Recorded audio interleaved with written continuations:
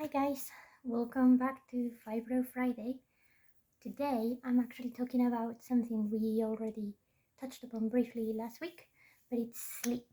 Sleep is very important for people with fibromyalgia because, like we explained last week, if you can't sleep properly, then the chemical balance in your brain doesn't reset, and all of the things that cause you pain or that throw you off just don't get a time to actually, reset themselves.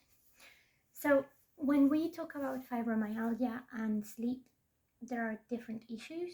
Mostly it comes down to whether you are able to fall asleep at all or not, or whether you wake up during the night. Those are the two most common issues that people with fibromyalgia struggle. In my case, it can be both. But most people usually struggle with one or the other, or depending on if they have other associated conditions, they can be both. So there are different things we can do to help ourselves with those problems, and that's the reason why I've brought you to my lair here today with all my fluffies and my blankets and whatnot. So I can tell you a bit about sleeping routines, things that help, and maybe things you may not be aware of. So starting with the actual issues themselves, it's a complicated matter. I'm not gonna really be able to resolve your problem here at all. I'm still struggling and finding my sleeping balance myself. But the main issue I had normally was being able to fall asleep. I become really aware of noises around me and certain smells, but particularly noises and vibrations. And I know that sounds like a weird thing to say, vibrations, like what do you mean? Well, I don't know. Are you ever walking around your house and do you suddenly hear the whoop, whoop, whoop, whoop, whoop, whoop, whoop noise that your fridge makes? Or the lights or things like that? Like, I can hear that all the time. It drives me crazy. I generally can't fall asleep if I am listening to that sort of stuff. It really throws me off unless I know exactly what it is and I can sort of cycle it in and sort of get used to it and then fall asleep. Otherwise, it's impossible. That means I'm not sleeping that night.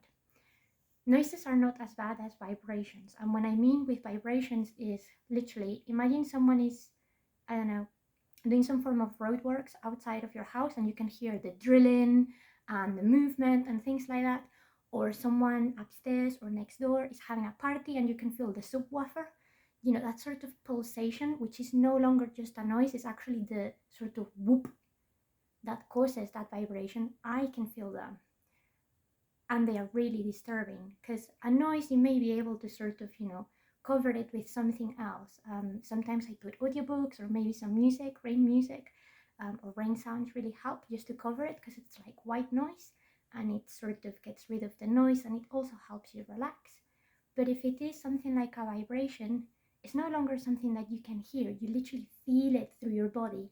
And with fibromyalgia, because you are hypersensitive to this type of things, you almost incorporate it into your own rhythm and like it's almost like you vibrate yourself.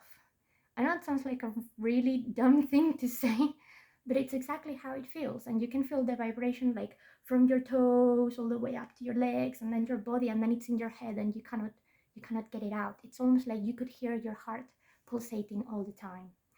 So it can be really hard. So if there are any of those things in my surroundings, that's it. I'm done for the night. I can sleep with the light on. I can sleep with hail, thunder, natural sounds don't bother me at all. But those two things really, really make it difficult for me to fall asleep. The other issue that a lot of people with fibromyalgia have when falling asleep is actually getting comfortable.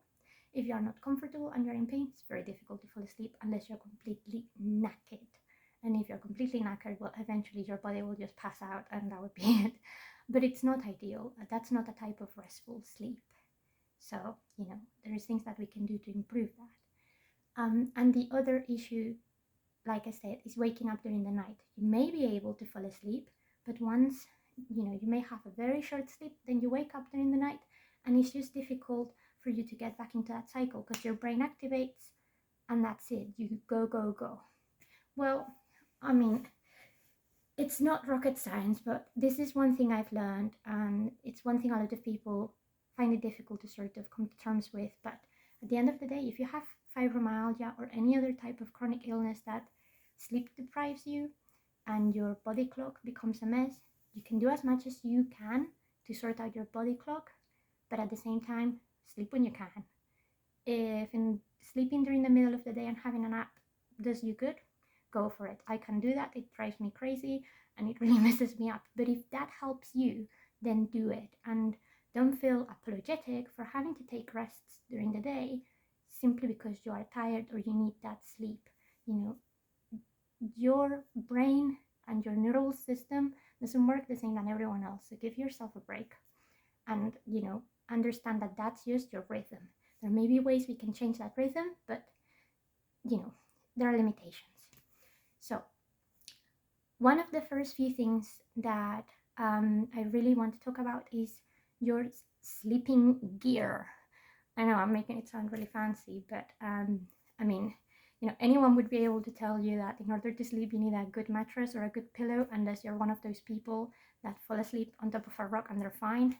I'm jealous of you, but as I am not like you, I need to try and make things a bit easy for myself. Invest in a good mattress. People with fibromyalgia and chronic pain issues do invest in a good mattress, please. And invest in a mattress that works for you. If you have husbands, wives, partners, whatever, remember that even in a double bed, you can have 2 different mattresses. What may work for you may not work for the other person. Just make sure that you have that spot for yourself, because you don't want to be ruining your sleep when you don't have to compromise in that sense. And I appreciate that budget and things like that can make things difficult to buy a mattress, but remember that you're investing for life. A mattress will last you up to 10 years. It's not a bad thing, and a lot of places do finance, so just keep that in mind. But another very important thing is a pillow. Like, I think everyone thinks, oh, of course you need a good mattress, but then you forget about pillow. And people with fibromyalgia really struggle with pillows because your neck, remember, this is a neurological condition. Your neck holds a very big part of your spine, a very important part of your spine, which is the cervicals. If your cervicals create issues, then you're gonna have more pain. So there are different pillows out there that you should look into. Again, it's not a single thing works for everyone, so just try various things. But I'll show you some of the stuff I've tried out, and it's really helped me. So I started with, it's a bit manky now, don't judge it. I started with one of these cervical pillows. You see it has that curve. It's made of bamboo, which also really helps to sort of keep smells away, is hypoallergenic and things like that. And what that does is that the curve, you can either put the wider part on your neck like this, so then it's giving you that rest, or you can have the lower end and then sort of be in a more of a perpendicular sort of position, depending on what works for you. I used this pillow for about, I think, 5 years, and it really did help me sleep better. But after a while, obviously, like with mattresses, pillows give up. So I needed a new one. And now I have this one. You can see it has a different shape. It's more sort of bumpy. And it has this little sort of dip in here that is for you to put your head there and sort of fall into it. And I'm actually finding that this pillow really helps me, because I tend to sleep either on my side or face flat. Flat, looking up sort of towards the ceiling. So when you look towards the ceiling, this creates a nice rest for your cervicals, so they are not too high up and your head is not sort of at a weird angle. But if you're sleeping on your side, the parts that are raised actually give better support for your shoulders here, so you don't end up then completely clamped up, which is really good. I sleep with a duvet and a fluffy blanket in the winter, sort of this type of material, like a fleece. Is because with that I can create insulation for myself and avoid that temperature contrast to really throw me off and cause a flare during the night. But also because I really struggle with some pajamas. Fabric can be a real pain in the arse. So this type of material makes it easier and soothing for me to go to sleep, and that also helps you generate that type of comfort zone rather than dreading going to sleep, which is very important. When you have issues going to sleep, normally you start having that sort of vicious circle of I can't sleep, I can't sleep, nothing is going to help me go to sleep, and then you can't go to sleep. So just try to make everything around you comfortable and make you feel safe. Another thing I use a lot when I go to sleep, particularly if I'm in pain, is this wonderful invention. This is a hot water bottle koala transporter. You literally strap it around you. It doesn't weigh anything, well, other than the hot water bottle, of course. And it has little pockets, so you can put your hands in here, your feet if they're very cold, anything like that. It's really a great thing, because you can literally just, I'll show you, you can just do this with it. It doesn't move, and it follows you around the bed no matter what you do. I get particularly pain around my back or my hips, so it just really helps having that extra relief and support and warmth. So then if I'm too cold in the winter or whatever, I can just move it around, and it just creates that extra heat source, and it's comfortable so you don't burn yourself, which is very important. And now just a couple of things to sort of help you out. Maybe try some stuff when you go to sleep. Like I said, smells can really throw me off, so I got this thing. It's called a pillow spray. There are other things called like lavender sprays, and it's literally just like a mist. You can't smell it, but I'll tell you, it smells glorious. And this one just has like chamomile and lavender, which are generally calming smells and calming substances that are natural. So I just spray it on my pillow, on my blanket, or literally sometimes I just go like that everywhere. And it just kind of, again, it's about making that environment where you are comfortable and relaxed, and you can ease into trying to sleep. And then another thing that has really helped me to go sleep is herbal teas. I call them sleepy teas because they make me really dopey, and then I sort of lost consciousness really quickly. I mean, there is a bunch of them, you know, you can go to your herbalist and you'll find a bunch, but just to show you a few that you can just find in the supermarket and are not expensive, I have these two from Puka Time. Again, chamomile just helps you relax. It's really good. There's something very similar that we have in Spain that we call tila tea. Your grandma would normally give it to you if you're really nervous before an exam. If you take a cup of that, that's it. It's like Valium. It just leaves you completely, it really helps you relax your muscles. And you know, that really helps you then get comfortable again in bed. And then this one just has, nighttime just has, again, lavender, oat flower, and lime flower, which have naturally calming ingredients, which is good. And then I also have this one with passion flower, passiflora, which again is another sleeping agent. One of the reasons why I take sleepy teas is because I hate sleeping tablets. I get really scared of them.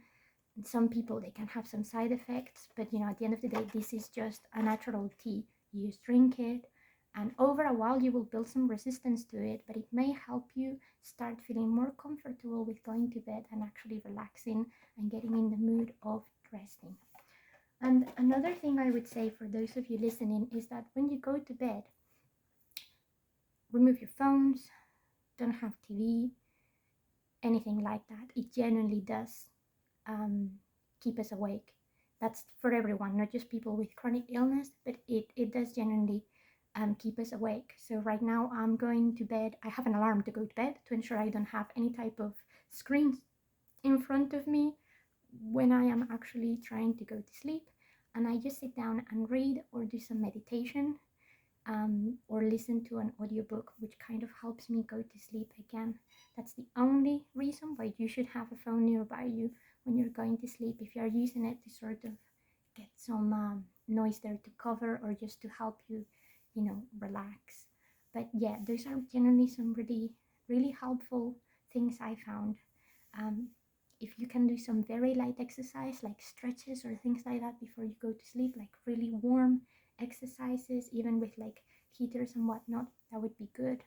But just try to sort of reassess everything that you use when you're going to sleep, and that should hopefully help. And if you have more questions, I'll be talking about it at some other point. But thank you so much for listening today, and have a good day.